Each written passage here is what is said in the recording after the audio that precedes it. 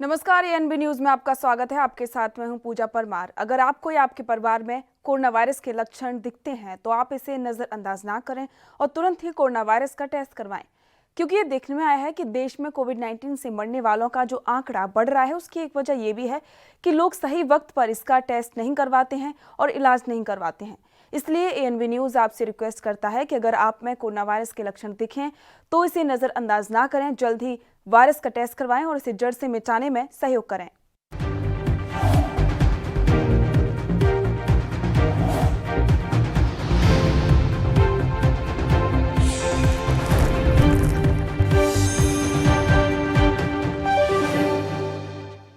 इस वक्त की बड़ी खबर आपको बताते हैं। केरल विमान हादसे से जुड़ी हुई खबर है, जहां पर 2 पायलट समेत 18 लोगों की मौत हो चुकी है। हादसे पर उड्डयन मंत्री हरदीप सिंह ने कहा है कि 127 लोग अस्पताल में भर्ती हैं। शुक्र है कि विमान में आग नहीं लगी।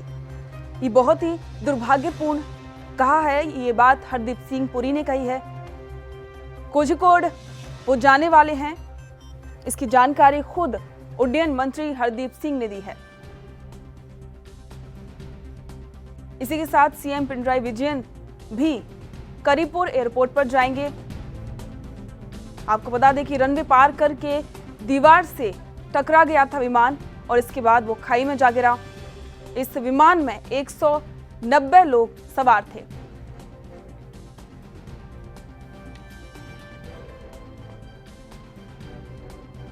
केरल विमान हादसे में 18 लोगों की मौत की खबर है, जिसमें 2 पायलट भी शामिल हैं। इस विमान हादसे पर उड्डयन मंत्री हरदीप सिंह ने कहा है कि अभी 127 लोग अस्पताल में भर्ती हैं। साथ ही कहा कि शुक्र है कि विमान में आग नहीं लगी, नहीं तो बड़ा हादसा हो सकता था। इसी के साथ आपको बता दें कि केंद्रीय उड्डयन मंत्री हरदीप सिंह पुरी कोझिकोड जाएंगे। आपको बता दें कि विमान रनवे पार कर दीवार से टकराया और इसके बाद में खाई में जा गिरा। इसके चलते हादसा हुआ और इस विमान में 190 लोग सवार थे। इस हादसे पर प्रधानमंत्री नरेंद्र मोदी और राहुल गांधी ने भी प्रतिक्रिया दी है और इस हादसे पर दुख जाहिर किया है।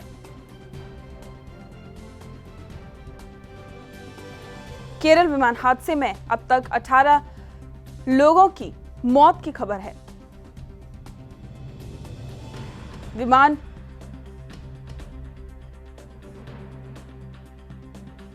रनवे पार करके दीवार से टकराया और खाई में गिरा, जिसकी वजह से ये 2 हिस्सों में बंट गया। इस हादसे में 18 लोगों की मौत हो गई, जिसमें 2 पायलट शामिल हैं।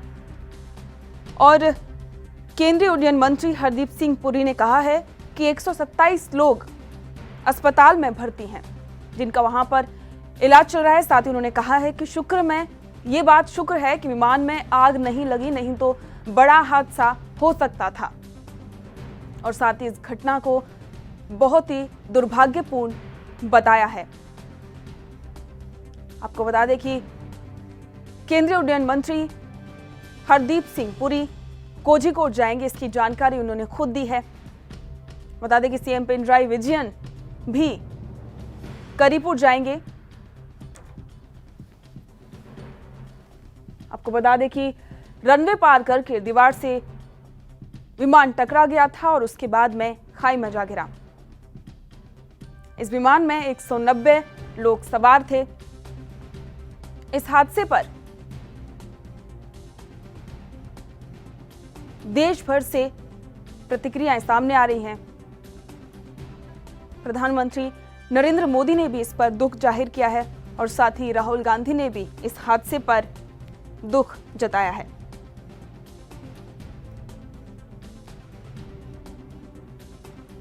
इस हादसे को लेकर प्रधानमंत्री नरेंद्र मोदी ने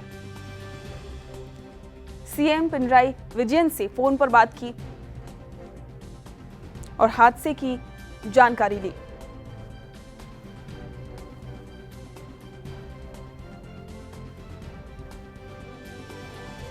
जानकारी के अनुसार विमान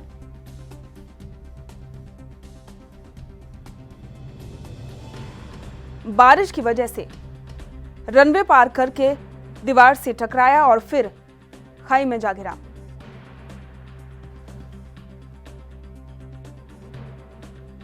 इस दुर्घटना में 18 लोगों की मौत की खबर है और वहीं कई लोग घायल भी हुए हैं।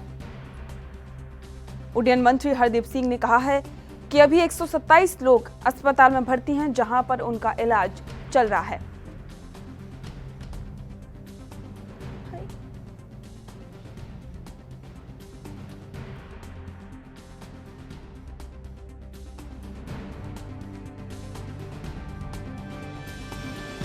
हादसे से जुड़ी हुई एक खबर है, जहां पर 18 लोगों की मौत हुई है और 127 लोग हॉस्पिटल में भर्ती हैं। इस हादसे में 18 लोगों की मौत हुई है, जिसमें 2 पायलट शामिल हैं। आपको बता दें कि विमान में 190 लोग सवार थे।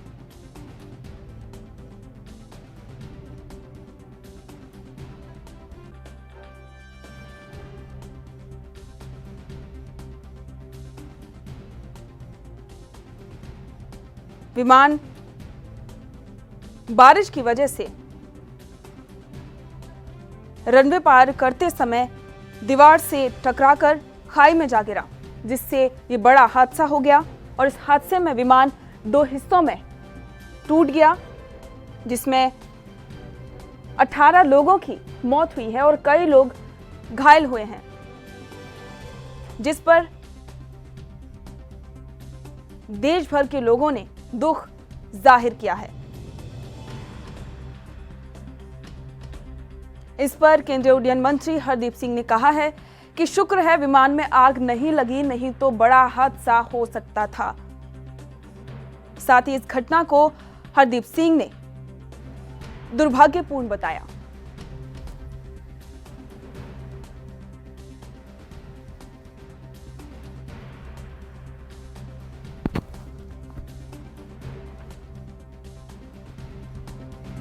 ये हादसा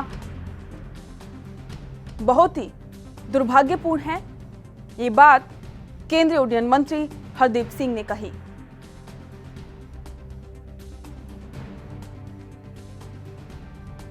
विमान में 190 यात्री सवार थे।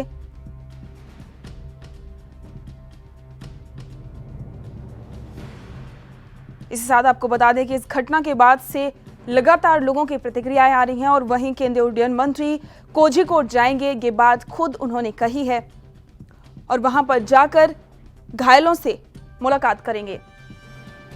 इस बारे में अपडेट के लिए हमारे संपादक चंद्रशेखर त्रिशूल हमारे साथ मौजूद हैं। त्रिशूल जी, ये जो घटना हुई है वो काफी दुर्भाग्यपूर्ण है, इस बारे में क्या अभी लेटेस्ट अपडेट है?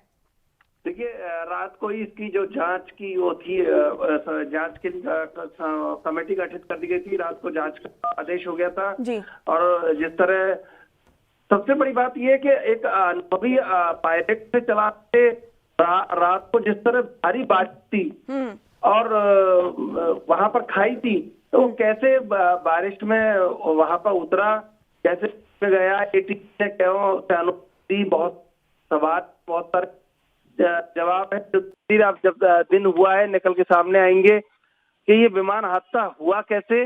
पूरी इसकी जांच होगी और जिसमें जो लोग मारे गए हैं, ये सबसे दुखद पहलू है इसका। त्रिशूल जी, जब भी कोई विमान लैंड होता है उससे पहले कई सारी चीजों पर ध्यान दिया जाता है, कोई भी लापरवाही ना हो, हर एक पॉइंट पर ध्यान दिया जाता है। तो फिर ये हादसा आपको क्या लगता है कि इसके पीछे लापरवाही किसकी हो सकती है? देखिए, ये कहना अभी जल्दबाजी होगा। जो पायलट थे साठे, वो एयरफोर्स के भी पायलट थे पहले, वो पायलट एयरफोर्स के पायलट थे, तो ये कहना जल्दबाजी होगा। सबसे पहले जो जांच पे क्या चल के आता है, कैसे ये हादसा हुआ पूरा, अभी कुछ थोड़ी देर में वो सारी तस्वीरें साफ हो जाएंगी कि किस तरह हादसा हुआ। लेकिन भारी बारिश इसका बहुत बड़ा कारण था और बारिश के कारण दो काम हुए। एक तो विमान का हादसा भी हुआ, लेकिन विमान में जो आग नहीं लग पाई उसका भी कारण बारिश ही रही। अगर आग लगती तो दुर्घटना बहुत बड़ी हो सकती। त्रिशूल जी, शुक्रिया इस जानकारी के लिए। आपको बता दें कि केरल विमान हादसे में 18 लोगों की मौत हुई है और इसमें 127 लोग घायल हैं जो कि अस्पताल में भर्ती हैं, जहां पर उनका इलाज चल रहा है।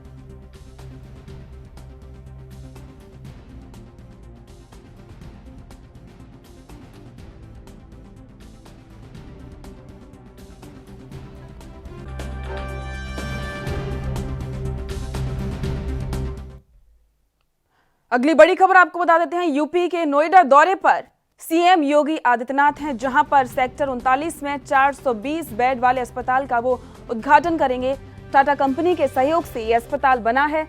दौरे से पहले पुलिस कर्मियों का कोरोना टेस्ट हुआ। अधिकारियों के साथ वो समीक्षा बैठक भी करने वाले हैं। बैठक के बाद सहारनपुर के लिए रवाना होंगे।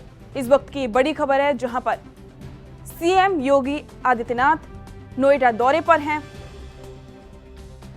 सीएम योगी खुद हर एक क्षेत्र में कोरोना वायरस का हर एक कड़ी का अधिकारियों के साथ समीक्षा बैठक कर रहे हैं, ताकि कहीं भी कोई भी कोताही ना बरती जाए। क्योंकि ऐसी खबरें सामने आ रही थी कि कई अधिकारी और लोग भी सही से जो सरकारी गाइडलाइंस है उनका पालन नहीं कर रहे हैं, मास्क नहीं लगाते हैं, सोशल डिस्टेंसिंग का पालन नहीं करते हैं। इसकी समीक्षा करने के लिए, इसकी जांच के लिए खुद सीएम योगी आदित्यनाथ कई क्षेत्रों में जा रहे हैं और इसी क्रम में वो यूपी के नोएडा में हैं, जहां पर वो अधिकारियों के साथ समीक्षा बैठक करेंगे और साथ ही 420 बेड वाले अस्पताल का भी उद्घाटन करेंगे। आपको बता दें कि अस्पताल टाटा कंपनी के सहयोग से बन रहा है और इससे पहले पुलिस कर्मियों का भी कोरोना टेस्ट किया जाएगा और इसके बाद में सीएम योगी अधिकारियों के साथ समीक्षा बैठक करेंगे और इस बैठक के बाद में सीएम योगी सहारनपुर के लिए रवाना होंगे। आपको बता दें कि देश में जिस तरीके से लगातार कोरोना के जो मामले बढ़ रहे हैं, उसको लेकर अब प्रशासन हो या फिर सरकार हो, सभी सतर्क हो गए हैं और यूपी में पिछले कई दिनों से कोरोना वायरस के लगातार नए मामले बड़ी संख्या में सामने आ रहे हैं, जो कि काफी चिंता की बात है। और इसको ध्यान में रखते हुए खुद मुख्यमंत्री योगी आदित्यनाथ समीक्षा बैठक कर रहे हैं। वो लगातार अधिकारियों से, प्रशासन से इस पर चर्चा करते हैं और इसी क्रम में वो आज नोएडा दौरे पर हैं। लखनऊ से हमारे संवाददाता पुनीत मोहन हमारे साथ जुड़ गए हैं। पुनीत मोहन जी, सीएम योगी नोएडा दौरे पर हैं, क्या अपडेट है? देखिए, सीएम योगी आदित्यनाथ नोएडा के दौरे पर हैं और इस समय वो सेक्टर 39 पहुंच रहे हैं, जहां पर एक कोविड-19 हॉस्पिटल बनाया गया है, उसका उद्घाटन करेंगे। कल रात में ही वो नोएडा पहुंच गए थे, पूरी समीक्षा बैठक उन्होंने करी थी और सीधे तौर पर कहीं ना कहीं जो वार्ड बनाए गए थे उनका निरीक्षण किया था। कोरोना को लेकर के खासा चिंतित हैं, क्योंकि लगातार उत्तर प्रदेश में कोरोना के केसेस बढ़ते जा रहे हैं। ऐसे में अभी 1 बजे के करीब वो सहारनपुर पहुंचेंगे, जहां जमीनी हकीकत जानेंगे। क्योंकि सहारनपुर के जो सांसद हैं, उन्होंने ट्वीट किया था और शिकायत करी थी कि उनके जिले में स्वास्थ्य विभाग खासा लापरवाही बरत रहा है और कोरोना का प्रकोप तरीके से बढ़ता जा रहा है। उसके लेकर समीक्षा बैठक सर्किट हाउस में ये समीक्षा बैठक होगी। उसके बाद सहारनपुर मंडल के अधिकारियों के साथ बैठक करने के बाद पिलखनी मेडिकल कॉलेज का निरीक्षण करेंगे। कोविड-19 के लिए जो वार्ड बनाए गए हैं उनका निरीक्षण करेंगे और लगभग 4:15 पर सहारनपुर से लखनऊ के लिए वापस रवाना होंगे। जी पुनीत मोहन जी, विपक्ष भी लगातार ये आरोप लगा रहा है कि उत्तर प्रदेश की सरकार है वो कोरोना पर कोई ध्यान नहीं दे रही है, क्या कहना चाहेंगे आप? देखिए, सीधे तौर पर उत्तर प्रदेश स्वास्थ्य विभाग के जो भी अधिकारी हैं वो सीएम को गुमराह करने का काम कर रहे हैं और सीधे तौर पर कहीं न कहीं सीएम एक आंकड़े पेश किए जाते हैं कि हमने इतने लाख बेड के अस्पताल बना दिए हैं, इस तरीके की व्यवस्थाएं हैं। लेकिन बात अगर राजधानी लखनऊ की करें तो यहाँ पर जो भी अस्पताल हैं वहाँ पूर्ण सुविधाएं नहीं है। लोग बंधु अस्पताल में टॉयलेट के नल तक टूटे पड़े हुए हैं, गंदगी का अंबार लगा हुआ है, कोई भी सफाई कर्मी नहीं आता, नर्सें भी नहीं पहुंचती हैं। यही हाल मेडिकल कॉलेज का है और लगातार कहीं ना कहीं एक प्रेस कॉन्फ्रेंस होती है रोजाना 3 बजे और जो प्रमुख सचिव स्वास्थ्य हैं वो तमाम बढ़ा चढ़ा के आंकड़े बताते हैं कि हमने ये सुविधाएं दी हैं, वो सुविधाएं दी हैं, लेकिन किसी तरह की कोई सुविधा नहीं है। अगर मुख्यमंत्री को हकीकत जाननी है तो जमीनी स्तर पर दौरा करना ही होगा और कहीं ना कहीं जो ये 2 दिन का दौरा है वो कोरोना से ही रिलेटेड है और कोरोना के जो बढ़ते हुए आंकड़े हैं वो चिंता का विषय है और सीधे तौर पर अब कागजी आंकड़ों पर भरोसा बंद करके अपनी पूरी टीम को जमीन पर उतारना होगा, अस्पतालों की व्यवस्था सही करानी होगी, वरना सीधे तौर पर जनता खासा नाराज है। जी पुनीत मोहन जी, बड़े इलाके होते हैं, बड़े शहर होते हैं, उनमें तो पता चल जाता है कि किस तरीके से वहां की जो स्थिति है, लेकिन जो ग्रामीण क्षेत्र हैं, कोरोना तो वहां पर भी है, तो उसको लेकर अभी क्या कार्रवाई की जा रही है कि वहां पर कोई भी कोताही ना बरती जाए? देखिए, सीधे तौर पर जिस तरीके से बड़े शहरों के महानगरों के कोविड हॉस्पिटल की अगर हम बात करें तो वहां अव्यवस्थाओं का अंबार लगा हुआ है। सीधे तौर पर सफाई कर्मी वहां आते नहीं है, नर्स वहां आती नहीं है, हॉस्पिटल के नल्स वगैरह टूटे पड़े हैं, कूलर है तो उसमें पानी नहीं है, वाटर कूलर रखा है तो उसमें पानी नहीं है, तमाम तरीके की अव्यवस्थाएं। आप इसी से अंदाजा लगा दीजिए कि ग्रामीण क्षेत्रों का क्या हाल होगा। जिस तरीके से मैंने आपको बताया कि सीएम योगी आदित्यनाथ को स्वास्थ्य विभाग आंकड़े बता रहा है, पिछले जब से 4 महीने से कोरोना शुरू हुआ है लगातार आंकड़े बताए जा रहे हैं कि कहा गया था लखनऊ में 1.5 लाख बेड की व्यवस्था है, लेकिन अगर लखनऊ में कोई कोरोना पॉजिटिव होता है तो उसको एम्बुलेंस में एक हॉस्पिटल से दूसरे हॉस्पिटल टहलाया जाता है। पहली बात तो एम्बुलेंस आती नहीं है और अगर आती है तो उसे एक हॉस्पिटल से दूसरे हॉस्पिटल टहलाया जाता है। सीधे तौर पर कहीं ना कहीं अव्यवस्थाओं का अंबार है। जमीनी हकीकत जाननी होगी, जो विधायक हैं, जो मंत्री हैं, उन पर भी अब भरोसा करना होगा और उनको जमीन पर उतारना होगा, तभी जाकर के कहीं ना कहीं ये जो अव्यवस्थाएं हैं ये सुधर पाएंगी। जी पुनीत मोहन जी, लगातार जो मंत्री हैं या फिर प्रशासन के अधिकारी हैं वो खुद कहीं ना कहीं जितनी भी कोरोना की गाइडलाइंस है उनका पालन नहीं करते हैं, और जबकि कई सारे लोग ये भी कहते हैं कि वो खुद उनका पालन नहीं करते हैं और लोगों के चालान काटते हैं, तो क्या कहना चाहेंगे आप? देखिए, सीधे तौर पर अगर हम बात यूपी पुलिस की करें तो कहीं ना कहीं मास्क को लेकर के, हेलमेट को लेकर के चालान करती है, लेकिन यूपी पुलिसकर्मी भी कोरोना से अछूते नहीं है। कई पुलिसकर्मियों को कोरोना हुआ है, इसमें 1-2 पुलिसकर्मी ऐसे हैं जिनकी मृत्यु भी हो गई है। ऐसे में कहीं ना कहीं दूसरों को ज्ञान देने के साथ साथ खुद के लिए भी अब सुरक्षा अख्तियार करने का समय है। पुलिसकर्मी बिना मास्क के घूमते नजर आते हैं, बिना हेलमेट के चलते हैं, तमाम तरीके की कार्यवाही वो दूसरों पर तो करते हैं लेकिन अपने लिए किसी तरह की सुरक्षा नहीं करते। कहीं ना कहीं अगर कोरोना से बचना है तो मास्क लगाना होगा, सोशल डिस्टेंसिंग बनानी होगी और यही फॉर्मूला माननीयों के लिए भी लागू होता है। उनको भी कहीं ना कहीं मास्क लगाना होगा और सोशल डिस्टेंसिंग बनानी होगी। जी पुनीत जी, ये भी खबरें सामने आ रही हैं कि कई लोग ऐसे भी हैं जिनका कोई टेस्ट नहीं किया गया, उनको कोरोना के कोई भी लक्षण उनमें नहीं है, लेकिन उसके बावजूद भी उनको जबरदस्ती किसी क्वारंटीन सेंटर में भर्ती कराया गया है। क्या कहना चाहेंगे इस पर? देखिए, जैसा कि मैंने आपको बताया, अवस्थाओं का अंबार है। कई लोग ऐसे हैं जो फोन कर रहे हैं कि उनके अंदर कोरोना के लक्षण हैं, उनको टेस्ट कराना है, लेकिन टेस्टिंग टीम उनके घर तक नहीं पहुंच रही। वहीं कई लोग शिकायत कर रहे हैं कि उनको किसी तरह का लक्षण नहीं लग रहा था, उन्होंने टेस्ट कराया, रिपोर्ट उनकी निगेटिव आई है या उनको लक्षण नहीं है और वो फिर से चाहते हैं कि उनकी जांच हो और उनको जबरदस्ती क्वारंटाइन सेंटर में भेजा गया है। अव्यवस्थाओं का अंबार है। सीधे तौर पर जो अधिकारी हैं, उच्च अधिकारी हैं, वो मुख्यमंत्री को गुमराह कर रहे हैं, तो आप इसी से अंदाजा लगा लीजिए कि उच्च अधिकारी नीचे के जो अधिकारी हैं वो उच्च अधिकारी को गुमराह कर रहे होंगे। एक पूरी चेन है जो लगातार एक दूसरे को गुमराह करने का प्रयास कर रही है और ये एक दूसरे को गुमराह नहीं कर रहे हैं बल्कि ये समाज को गुमराह कर रहे हैं, उत्तर प्रदेश की जनता को गुमराह कर रहे हैं। और मुख्यमंत्री योगी आदित्यनाथ को अगर हकीकत जाननी होगी तो अपने विधायकों के साथ अपनी पार्टी के लोगों को आदेश देना होगा कि वो जमीनी हकीकत से उनको रूबरू कराए, ताकि जो प्रशासन की कलाई है वो खुल करके सामने आए। अव्यवस्थाओं का जो अंबार है, जो लगातार शिकायतें सोशल मीडिया, ट्विटर पर चल रही हैं, उनको चेक कराना चाहिए और इन समस्याओं से लोगों को निजात दिलानी चाहिए। जी पुनीत जी, जिस तरीके से उत्तर प्रदेश में कोरोना वायरस के जो मरीज बढ़ रहे हैं, आपको लगता है कि सरकार लॉकडाउन को लेकर कोई फैसला ले सकती है? देखिए, हालांकि अभी लॉकडाउन को लेकर के कोई चर्चा नहीं है। उत्तर प्रदेश में शुक्रवार रात 10 बजे से सोमवार सुबह 5 बजे तक लॉकडाउन रहता है, लेकिन कहा यह गया था कि इस दौरान जो उत्तर प्रदेश की प्रमुख मार्केट्स हैं वहां पर सैनिटाइजेशन का काम होगा। लेकिन आपको उत्तर प्रदेश की राजधानी लखनऊ की हकीकत बता दूं, यहाँ केवल हजरतगंज चौराहे और आसपास की मार्केट में सैनिटाइजेशन का काम होता है। उसके बाद फोटो खिंचा करके फिर वही मुख्यमंत्री को गुमराह किया जाता है। सीधे तौर पर लखनऊ की किसी भी मार्केट में सैनिटाइजेशन का काम नहीं होता है। 1-2 मार्केट में कभी करा दिया गया, गया, वो भी लोगों के आह्वान पर तो करा दिया गया। इसके अलावा नगर निगम भरपूर लापरवाही बरत रहा है। सीधे तौर पर कोरोना जिस तरीके से पांव पसार रहा है उसके लिए दो ही विभाग जिम्मेदार हैं, एक नगर निगम और दूसरा स्वास्थ्य विभाग। जिस तरीके की मेहनत इनकी लॉकडाउन के दौरान दिख रही थी, अब उतनी उससे दुगनी लापरवाही दिख रही है, जिसका नतीजा ये है कि सीधे तौर पर आंकड़े बढ़ते हुए नजर आ रहे हैं। जी पुनीत जी, जिस तरीके से अधिकारी लापरवाही बरत रहे हैं, आपको लगता है कि उनके खिलाफ कोई कार्रवाई अभी की जा सकती है?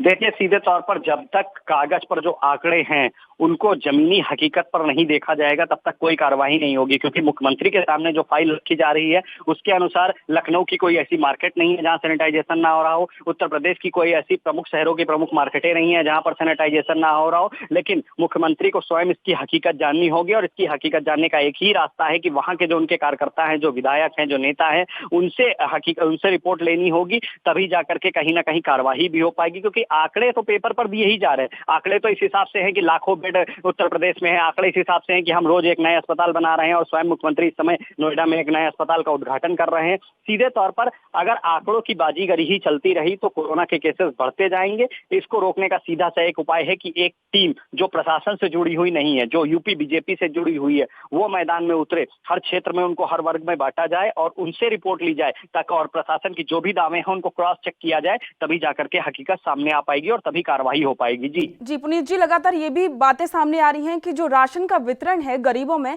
वो भी सही तरीके से नहीं हो रहा है। इसके पीछे अधिकारी हैं, वो लगातार उनको प्रॉपर तरीके से उनका जो राशन का वितरण नहीं कर रहे हैं। क्या कहना चाहेंगे आप? देखिए, सीधे तौर पर राशन वितरण को लेकर के जब डीएम के जानकारी में मामला आता है उसके बाद डीएम कार्रवाई करते हैं, सस्पेंड करते हैं जिम्मेदार लोगों को। लेकिन तमाम कोटेदार ऐसे हैं जो गरीबों का राशन दबा रहे हैं। शुरू में जब ये पॉलिसी लॉन्च हुई थी कि सबको राशन मिलेगा, चाहे वो उत्तर प्रदेश का रहने वाला हो या ना हो, कोरोना काल के बाद, और एक आधार कार्ड के आधार पर भी राशन मिल सकता है, क्योंकि अब राशन कार्ड की जरूरत नहीं है, यूनिक आईडी नंबर से आप राशन ले सकते हैं। लेकिन कोटेदार साफ तौर पर मना कर रहे हैं, सीधे तौर पर वो ना कर देते हैं। लेकिन अगर डीएम की जानकारी में मामला जाता है तो कार्रवाई होती है। लेकिन अगर छोटी छोटी बातें डीएम तक पहुंचेंगी तो सीधे तौर पर डीएम दूसरे काम कैसे देखेंगे? ऐसे में कहीं ना कहीं जो खाद्यान्न विभाग से रिलेटेड अधिकारी हैं उनको भी जागरूक होने की जरूरत है। इस समय कम से कम इस समय तो वो जागरूक ही हो जाएं। जब गरीब आदमी जिसका काम धंधा छूटा हुआ है उसको राशन की जरूरत है, ऐसे में अगर वो जागरूक होंगे तो हर घर तक, हर वर्ग तक राशन पहुंचेगा। और कहीं ना कहीं जो आंकड़ों की बाजीगरी चल रही है, जैसा कि मैंने आपसे पहले भी कहा कि कागज में जो आंकड़े दिखाए जा रहे हैं उसकी वास्तविकता जानने के लिए, इन आंकड़ों को क्रॉस चेक करने के लिए मुख्यमंत्री को बीजेपी की एक टीम बनानी होगी, उन ईमानदार और कर्तव्यनिष्ठ विधायकों की टीम बनानी होगी और जो अपने नीचे पैरेलल टीम बना करके इसकी जांच कराए और मुख्यमंत्री को सीधे रिपोर्ट दे। जी पुनीत जी, आप इस वक्त लखनऊ में हैं, तो आप वहां की जो कोरोना की स्थिति है वो क्या है अभी? देखिए, लखनऊ में लगातार केसेस बढ़ते जा रहे हैं। कल लखनऊ का अगर हम बात करें 24 घंटे के अंदर 707 नए पेशेंट आए हैं। जिस तरीके की मैंने व्यवस्थाएं आपको बताई, फेसबुक में लखनऊ के किसी भी पर्सन को चेक कर लीजिए जो कोविड-19 पेशेंट हो और पॉजिटिव पाया गया हो, इसके बाद वो क्वारंटाइन सेंटर में एडमिट हुआ हो, वो लगातार पोस्ट करता है। कभी बाथरूम की फोटो डालता है कि वहां का नल टूटा पड़ा है, कभी कूलर में पानी नहीं है, गंदगी का अंबार लगा हुआ है। तमाम ऐसे फोटो और वीडियो सामने आए हैं। हालांकि इसके लिए जो केजीएमयू ने पहले एक आदेश निकाला था कि कोई भी मोबाइल लेकर के नहीं जाएगा अंदर, इसका सीधा सा मतलब यही था कि ना तो मोबाइल जाएगा ना तस्वीरें बाहर आएंगी। सीधे तौर पर गंदगी भी करते रहो, भ्रष्टाचार भी फैलाते रहो, अव्यवस्था भी बनाए रखो और जनता को आवाज उठाने का मौका ही ना दो। लेकिन उसके बाद जब विरोध हुआ तब मोबाइल लोग अंदर लेकर के जा रहे हैं और वहां की सच्चाई बाहर ला रहे हैं। सीधे तौर पर उसके बाद भी कार्रवाई नहीं हो रही है, क्योंकि आंकड़े जिस तरीके से बताए जा रहे हैं, लखनऊ में तो सब कुछ एकदम बताया जा रहा है, बेहतर है, सारे अस्पताल एकदम सही से चल रहे हैं। लेकिन हकीकत यह है कि अस्पताल में साफ सफाई तक नहीं होती है और जो नर्सें हैं वो आती नहीं है पेशेंट को देखने के लिए, पीने का पानी तक की व्यवस्था नहीं है। सीधे तौर पर कहीं ना कहीं एक्शन लेने की जरूरत है, एक सख्त एक्शन लेने की जरूरत है। बीजेपी जो देश की सबसे बड़ी पार्टी है, जो प्रदेश में पूर्ण बहुमत से आई है, उसके पास कार्यकर्ताओं की कमी नहीं है। उसके पास ऐसे कर्तव्यनिष्ठ कार्यकर्ता है जिनको अगर एक आदेश दिया जाएगा तो प्रशासन की हकीकत चेक करने के लिए जमीन पर उतर जाएंगे। लेकिन सीधे तौर पर कहीं ना कहीं उनको भी साइडलाइन किया गया है और प्रशासन के जो अधिकारी हैं उन्हीं की बात पर केवल सीएम भरोसा कर रहे हैं, जिसका नतीजा ये है कि अव्यवस्थाओं का अंबार लगा हुआ है। जी पुनीत जी, कई लोग ऐसे भी हैं जिनके पास मोबाइल की सुविधा नहीं होती है और वो सोशल मीडिया के जरिए लोगों तक अपनी बात नहीं पहुंचा सकते हैं, तो क्या कुछ लोग ऐसे हैं जिन्होंने आपसे ऐसी बात अपनी बताई हो कि हमारी बात सरकार तक आप पहुंचाइए? देखिए, सीधे तौर पर जो भी कोविड-19 पेशेंट पॉजिटिव होने के बाद, ठीक होने के बाद वापस आए हैं घर, जब हमने उनसे बातचीत करी, उन्होंने अवस्थाओं का अंबार बताया है। इस खबर को भी हमने दिखाया था, लेकिन खबरें चैनल सभी चला रहे हैं। अखबारों में प्रतिदिन इस तरीके की खबरें छप रही कि अव्यवस्थाओं का अंबार है, लेकिन जब फोटो छपती है या जब खबर होती है तो उस जगह की स्थिति को कुछ दिन के लिए ठीक कर दिया जाता है। हालात ऐसे हैं कि कहीं ना कहीं जो सचिवालय के अधिकारी हैं वो कोरोना पॉजिटिव जब पाए जाते हैं वो और एम्बुलेंस नहीं आती, वो अपनी निजी गाड़ी से जाते हैं और अस्पताल में एडमिट होते हैं। तो आप इसी से अंदाजा लगा लीजिए कि महकमा जो है वो कितना ज्यादा जागरूक है। पूर्व सीएमओ लखनऊ को पूरी तरीके से त्रस्त करके चले गए, उनका यहाँ से ट्रांसफर हो गया, लेकिन उनकी लापरवाही इस कदर कि लखनऊ में आंकड़े सीएम को खूब दिखाए कि 1.5 लाख बेड की व्यवस्था करी है, 2 लाख बेड की व्यवस्था करी है और कहीं कुछ भी नहीं किया था। अब जो नए सीएमओ आए हैं उनका लगातार फोन ही स्विच ऑफ रहता है, लग रहा वो जिम्मेदारी समझ नहीं पा रहे हैं या जिम्मेदारी से काम करने से भाग रहे हैं। कहीं ना कहीं आंकड़ों पर भरोसा करना बंद करना होगा। और लखनऊ जो कि उत्तर प्रदेश की राजधानी है, जहां स्वयं मुख्यमंत्री रहते हैं, जहां राज्यपाल रहते हैं, ऐसे में कहीं ना कहीं अस्पतालों का दौरा कराने के लिए एक टीम बनाने की आवश्यकता है। कई ऐसे बीजेपी के कार्यकर्ता हैं जो ऑन माइक हमसे नहीं बात करते हैं, लेकिन हमारी उनसे बातचीत हुई। उन्होंने कहा कि अगर पार्टी उनको आदेशित करेगी तो प्रशासन के जो आंकड़े हैं वो उसकी जांच करेंगे, क्योंकि वो भी अपनी आंखों से देख रहे हैं कि सीधे तौर पर अव्यवस्थाएं हैं, लेकिन पार्टी में है इसलिए कुछ कह नहीं सकते हैं। ऐसे में कहीं ना कहीं जरूरत है कि जब चुनाव में इनका उपयोग किया जाता है तो हकीकत जानने के लिए भी इनका उपयोग किया जाए। वो खुद से त्वरित तैयार हैं कि अगर उनको पार्टी आदेश करे या मुख्यमंत्री जी आदेश करें तो वो लगातार जांच करेंगे और सीधे रिपोर्ट उन तक पहुंचाएंगे। कुछ ऐसी व्यवस्था बनानी चाहिए, केवल शासन के आंकड़ों पर भरोसा नहीं करना चाहिए, तब जाकर कहीं व्यवस्थाएं सुधर पाएंगी। जी बिल्कुल पुनीत जी, आपका बहुत बहुत शुक्रिया इस जानकारी के लिए। आपको बता दें कि उत्तर प्रदेश में लगातार कोरोना वायरस के मामले बढ़ते जा रहे हैं। इसको लेकर खुद सीएम योगी आदित्यनाथ अब हर एक पहलू पर समीक्षा बैठक कर रहे हैं और आज वो सेक्टर 39 में नोएडा में 420 बेड वाले अस्पताल का उद्घाटन करेंगे और टाटा कंपनी के सहयोग से ये अस्पताल तैयार हुआ है। दौरे से पहले पुलिस कर्मियों का कोरोना टेस्ट भी होगा और इसके बाद में अधिकारियों के साथ सीएम योगी खुद समीक्षा बैठक करेंगे और बैठक के बाद में वो सहारनपुर के लिए रवाना होंगे। इस वक्त की ये बड़ी खबर है। आपको बता दें कि सीएम योगी खुद अब कोरोना को लेकर समीक्षा बैठक कर रहे हैं।